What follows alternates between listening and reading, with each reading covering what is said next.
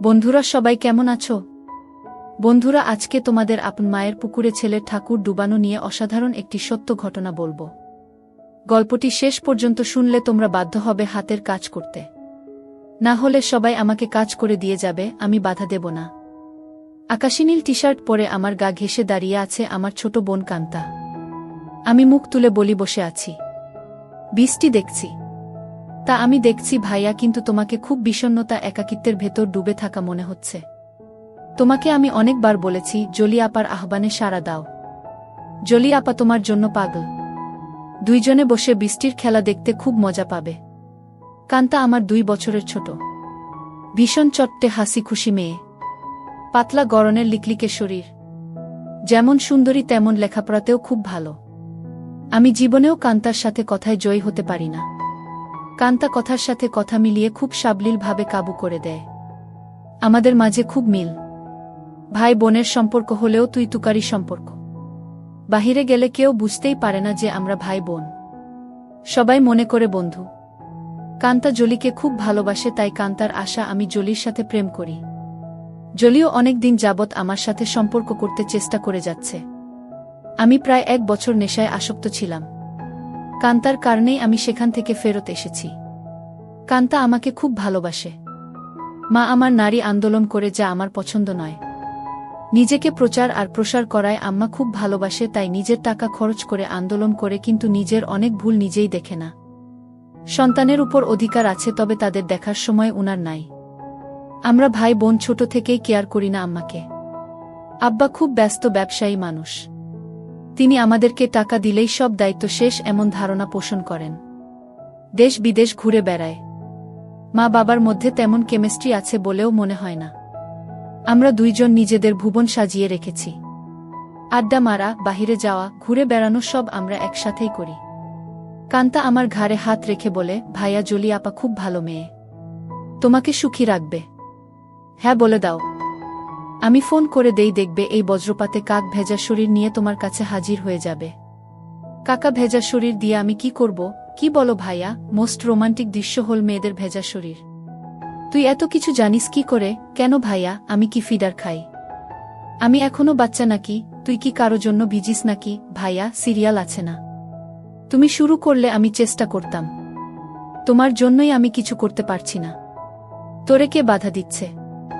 যা খুশি কর। কি বলো? বিয়াদবি হয় না। দুনিয়াতে তুমি আগে আসছো, তাই তোমার আগে কিছু করতে হবে। না রে, আমার এই কমিটমেন্ট খেলা ভালো লাগে না। মা বাবার আচরণ দেখে এই খেলার প্রতি মন নেই। ভাইয়া, সেটা তাদের ব্যাপার। তাই বলে কি আমরা সেটা দেখে এখন নিজেদের কষ্ট দেব? ওদের মাঝে ভালোবাসা ছিল, আর সেটার প্রমাণ তুমি আর আমি। বাবা গরিব ছিল, তাই টাকার অভাব দূর করতেই টাকার প্রতি আগ্রহ বেশি। আম্মা আব্বার জন্য ঠিক নয়। তাই বলে কি আমরা ভুল করব? এত কিছু ভাবিস কি করে?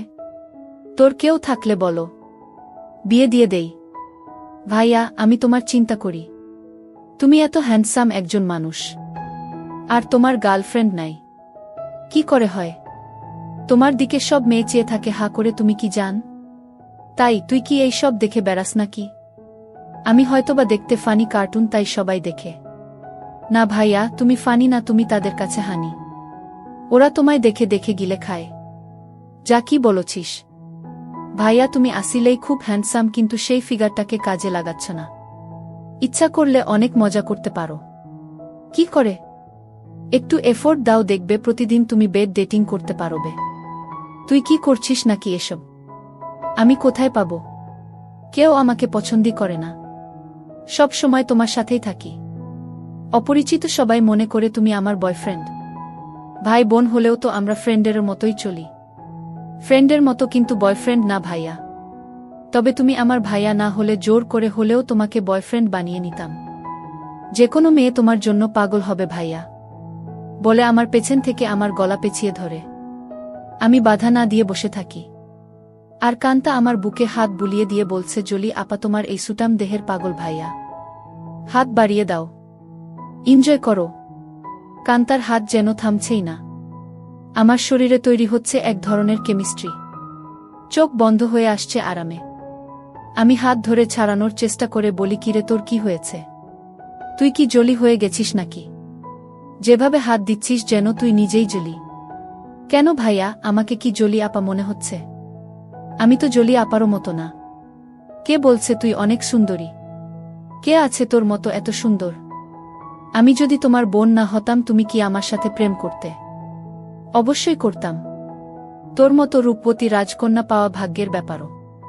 কান্তা চট করে আমার সামনে এসে বসে আমার দুই পায়ের ফাঁকে আমার দিকে চেয়ে থেকে বলে, ধন্যবাদ ভাইয়া, তোমার কাছ থেকে কমপ্লিমেন্ট পেয়ে আমি অনেক খুশি। You deserve a kiss from me. বলেই দিয়ে দেয় আমি কিছু বোঝার আগেই। কি করছিস কান্তা? কেন ভাইয়া ভালো লাগেনি? ভাই বোনে লিপ টু লিপ দেয় নাকি? কুইক হয়। নো প্রবলেম ভাইয়া। বলে আমার মুখের খুব কাছাকাছি মুখ রেখেই কথা বলছে। সত্যি বলতে কি আমার ভালোই লেগেছে। কান্তা যেমন বুঝে গেছে সেটা তাই চট করে বলে উঠে, ইউ এনজয় ইট ভাইয়া। আমার দিকে চেয়ে বলে, সরি ভাইয়া। উঠে দাঁড়িয়ে রোমে চলে যায়। আমি সেখানে বসে থাকি অনেকক্ষণ। কাজের মেয়ে ডাকে সাড়া দিয়ে খাবার খেতে যাই। কান্তা আজ খাবে না তাই আমি একাই খেয়ে রুমে গিয়ে ঘুমিয়ে যাই। কান্তার সাথে আমার দেখা হয় না আজ 2 দিন। লজ্জায় আমিও দেখা করার ইচ্ছা করিনি, কিন্তু আজ আমাদের নানিকে দেখতে যাওয়ার কথা এবং খালাতো ভাইয়ের বিয়ের ব্যাপারে আমাদের অনুষ্ঠানের পরিকল্পনা নিয়ে সকল আত্মীয়স্বজন নিয়ে মিটিং আছে সন্ধ্যায় খালার বাসায়। কান্তার মোবাইলে টেক্সট দিয়ে আমাকে জানিয়ে রেখে বলে সে খালার বাসায় চলে যাবে যেন আমি মিস না করি, কিন্তু নানির বাসায় সে যাবে না। আমি নানির বাসা থেকে খালার বাসায় গিয়ে দেখি সবাই বসে আছে। আমাদের মিটিং শেষ করে রাত 12। একটা হোভার ডেকে বাসায় আসি। প্রায় সবাই গাড়ি নিয়েছিল, কিন্তু কান্তা কারো লিফট নিতে নারাজ। বাসায় এসে যার যার রুমে চলে যাই। আম্মা জানতে চাইল মিটিং কেমন হলো এবং আমরা কি করব। আমরা দুইজনই কালকে বলবো বলে বিদায় নেই। আম্মা শুধু বলল, আগামীকাল আমরা কক্সবাজার যাব, তোরা কি যেতে চাস নাকি? আমি বললাম না। কান্তা জবাব না দিয়ে চলে যায়। আব্বা আম্মা দুপুরের ফ্লাইটে কক্সবাজার চলে গেলে আমি আর কান্তা বাসায় বসে আছি। তখন কান্তা বলে, ভাইয়া চলো আজ আমরা বাহিরে ডিনার করি। আমি রাজি হতেই কান্তা ধন্যবাদ দিয়ে কাজের মেয়েকে বলে, আমরা রাতে খাবো না আজ।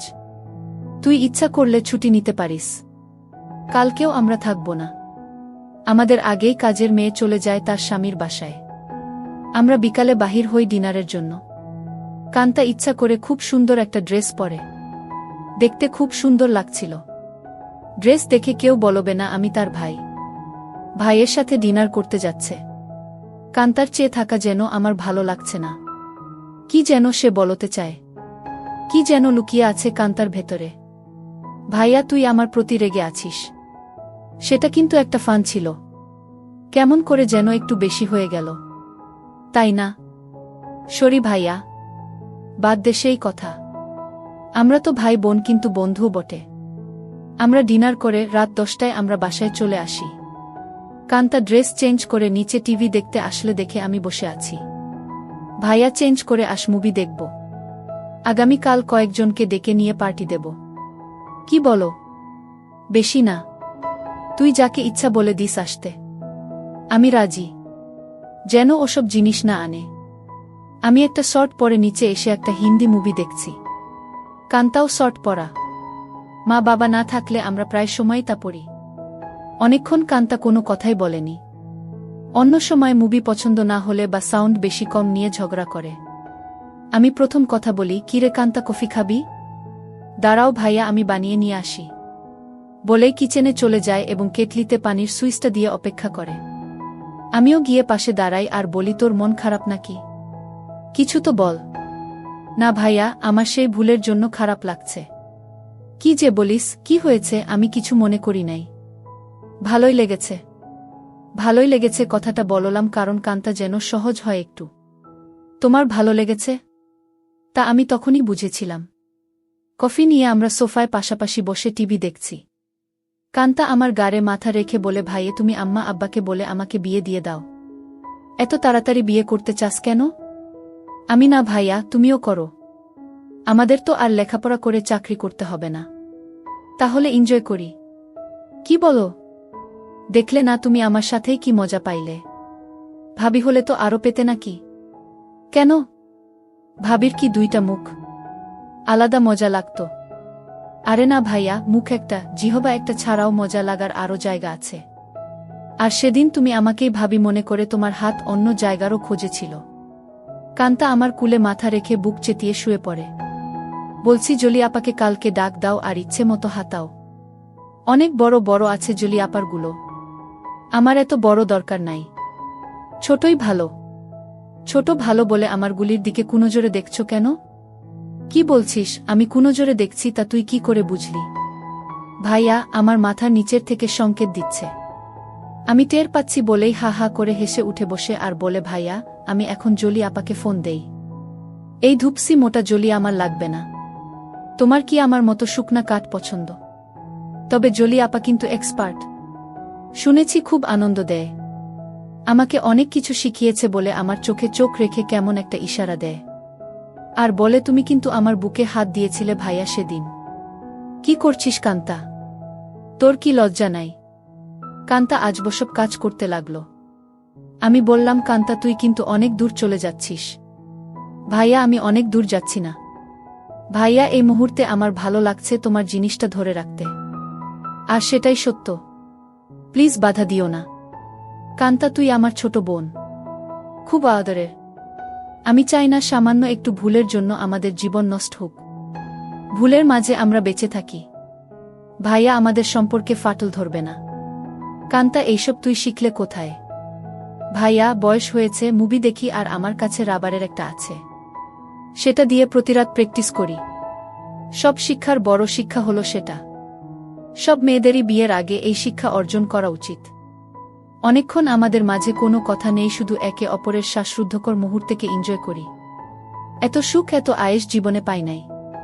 কান্তা আমার কানের কাছে বলে, ধন্যবাদ ভাইয়া, তুমি তো বাজিমাত করে দিয়েছ। আমার খালতো ভাই সোহানের বিয়ে আগামীকাল। আমরা খালাতো মামাতো ভাইবোন 15 জন, আর সোহান সবার বড়। ভাই 10 জন আর বোন 5 জন। এই প্রথম একজন ভাইয়ের বিয়ে। গত বছর সোহানের বোন লিজার বিয়ে হয়েছে।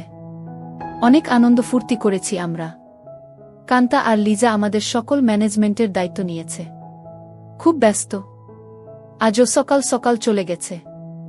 সোহান ভাইয়াদের ছাদে ডিজে পার্টির আয়োজন হবে আজ রাতে। আব্বুর ক্লায়েন্ট থাকায় কানাডা থেকে আসছে, তাই সকাল সকাল হোটেল থেকে তাদের নিয়ে ব্রেকফাস্ট করে ফ্যাক্টরি পরিদর্শন করতে হবে। আম্মু অনেক রাগ করেছে, কারণ আম্মু চায় বিয়ের বাড়িতে যেন থাকে। বিয়ের দিন সারাদিন ছুটি আছে বলে আব্বু চলে যায়। আমি 11টায় ঘুম থেকে উঠে দেখি সেজেগুজে বসে আছে, খালার বাসায় যাবে এবং সেখান থেকে মেয়ের বাড়িতে কিছু জিনিস নিয়ে যেতে হবে। আমাকে দেখেই বলে, কিরে আজ অন্তত একটু তাড়াতাড়ি উঠলে কি হয়? কাজের মেয়েকে না বলে আজ নিজেই নাস্তা দেয় আমাকে। আর ফোনে বড় খালার সাথে স্পিকারে দিয়ে কথা বলছে। ড্রাইভার আমাদের বাসার সামনে বসে আছে, যেন তাড়াতাড়ি যায়। কি ব্যাপারও আম্মু, আজ নিজে এত আদর করে নাস্তা দিচ্ছ ব্যস্ততার মাঝেও? ফোনে থেকেই আম্মু বলে, তুইও তো আম্মুকে আদর করে অনেক কিছু খাইছিস, তাই একটু চামচামি করছি যেন আসল জিনিসটা পাই। বড় খালা বলে, কার সাথে কথা বলছিস? ছাবিনা? ছাবিনা আমার মায়ের নাম। আপি অঙ্কিত। এখন ঘুম ভাঙল। সবাই ভাবছে অঙ্কিত রাগ করেছে। ওকে সাথে করে নিয়ে আয়। ফোনটা অঙ্কিতকে দে। আপি শুনছে, কথা বলো। এই অঙ্কিত, গতকাল আসলি না কেন? সবাই ভাবছে তুই রাগ করেছিস। কারো ফোন ধরিস নাই কাল বিকালে? রাগ করিব কেন? গতকাল আম্মুর একটা বিশেষ অ্যাসাইনমেন্ট নিয়ে ব্যস্ত ছিলাম, সেটা করে দিয়েছি। তাই আম্মু আজ খুব খুশি। 2টার আগেই চলে যাব খালা। আমার নাস্তা শেষ হতেই আম্মু এসে বলে, এই অঙ্কিত, আমরা আবার কখন করব সেটা ভেবেছিস? এত ব্যস্ত হচ্ছ কেন? এই 3 দিন আমরা খুব ব্যস্ত থাকব। ওমা 3 দিন? ড্রাইভার বাহিরে বসে আছে। এখন যাও, দেখি সময় করে একটা কিছু করে দিব। কাজের মেয়েকে 3 দিন ছুটি দিয়ে আম্মু বলে, যা তোর স্বামীর সাথে এনজয় কর। 2000 টাকাও হাতে দেয়। শান্তা নামের কাজের মেয়েটা আমাদের পরিবারের খুব ভালো সম্পর্ক। আমরা সবাই নিজের মতোই ভালোবাসি। শান্তা বলে, আমি আগামীকাল বড় খালার বাসায় যাব, কথা হয়েছে। আমি খালাকে বলেছি কাজে সহায়তার জন্য। তাহলে তো খুব ভালো। আমাকে না জানিয়ে তোরা সব ঠিক করে ফেলেছিস। খালা আমাকে চিঠি দিয়ে দাওয়াত দিয়েছে। অনেক কাজ আছে না? সোহান ভাইয়া অনেক ভালো মানুষ, তাই উনার বিয়েতে সাহায্য করতেই হবে। ঠিক আছে, যা। বাহিরে ড্রাইভারকে গিয়ে বলো আমার 5 মিনিট লাগবে। তুইও দাঁড়িয়ে থাক, তোকে নামিয়ে দিব। আমাকে আম্মু বলে অঙ্কিত একটু উপরে আয় তো তাড়াতাড়ি বলে সিঁড়ি দিয়ে চলে যায়। আমি উপরে যেতেই আমার বলে অঙ্কিত যেতে মন চাইছে না, তোর সাথে এনজয় করতে মন চাইছে। এখন যাও, কথা দিলাম আজ সন্ধ্যায় কিছু একটা করে দিব। সত্যি দিবে তো নাকি জোয়ান মায়াদের পেয়ে আমাকে ভুলে যাবি? আমার শিরায় শিরায় আগুন জ্বলছে। কথা দিলাম ডার্লিং। আজ অনেক দিন পর আমার শখের বাইকটা বাহির করে ঠিক সময় খালার বাসায় পৌঁছে যাই। বাড়িটা খুব সুন্দর করে সাজিয়েছে। গুলশানে এমন 3 তালা বাড়ি আর সামনে পেছনে বাগানওয়ালা বাড়ি খুব কম। এক পাশে বাবুর্চিখানা বানিয়েছে, সেখানে মিতু আপা দায়িত্বে। যার যা দরকার মিতু আপা অর্ডার করে। আমাকে দেখেই বলে এনিথিং স্পেশাল লাগবে? না আপু, সবার স্পেশাল থেকে একটু একটু করে চেকে নিলেই আমার হবে। ভেতরে ঢুকেই কান্তার সাথে দেখা। ভাইয়া এসেছিস? চল উপরে যাবি ছাদে, আয়োজন কেমন হয়েছে দেখবি। বলে টেনে উপরে নিয়ে যায়। সাথে সাথে অনেকেই যায়। খুব সুন্দর হয়েছে। পার্টি কখন শুরু হবে? 6টায় সময়, 12টায় শেষ। কান্তা সবাইকে বলে এই তোরা সবাই নিচে যা, খাবারের কি খবর দেখ। আমি ভাইয়ার সাথে একটা সিক্রেট কথা বলে আসছি। নিশা রাগ করে বলে এক বাসায় থাকো, সিক্রেট কথা বাসায় বলে আসতে পারো না। যা পাকনামি করবি না। যখন আসছি ভাইয়া ঘুমাচ্ছিল। এই সিক্রেট কথাটা না বললে কাজে মন দিতে পারছি না। কান্তা আমাকে এক কোনায় নিয়ে বলে কি খবর মাই হিরু? রাতে টায়ার্ড ছিলে তাই বলে কি দরজা বন্ধ করে ঘুমিয়েছিলে?